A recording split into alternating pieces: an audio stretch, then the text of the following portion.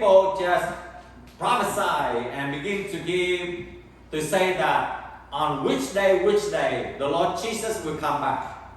However, they forgot one of the very important factor that 2 Thessalonians just described here.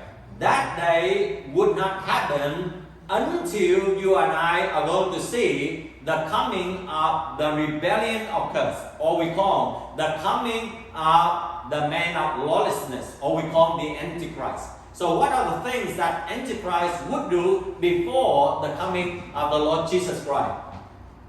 He will oppose and will exalt himself over everything that is called God or is worship, so that he set up himself in God's temple, proclaiming himself to be God. So from this one we are going to see, first of all, we are going to see the appearance or the rise of the lawlessness and the man unlawlessness, and we are going to see this man that is going to appear, and he is going to sit in the temple opposing to God. So in other words, the temple must be rebuilt before this man will enter into the temple and set himself up in God's temple and proclaiming himself to be God. We see that there will be the lawlessness thing happen, so that we can see that the man of lawlessness also appear.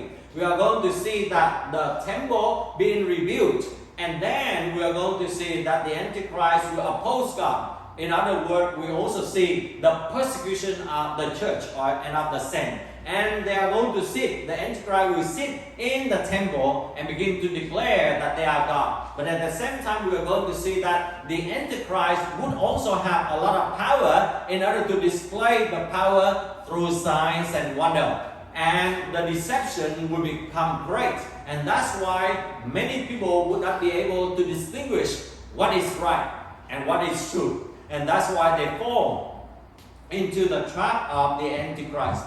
But the question that we are going to ask is that when are we going to see these things going to happen? First of all, we are going to see a time of increased deception and apostasy.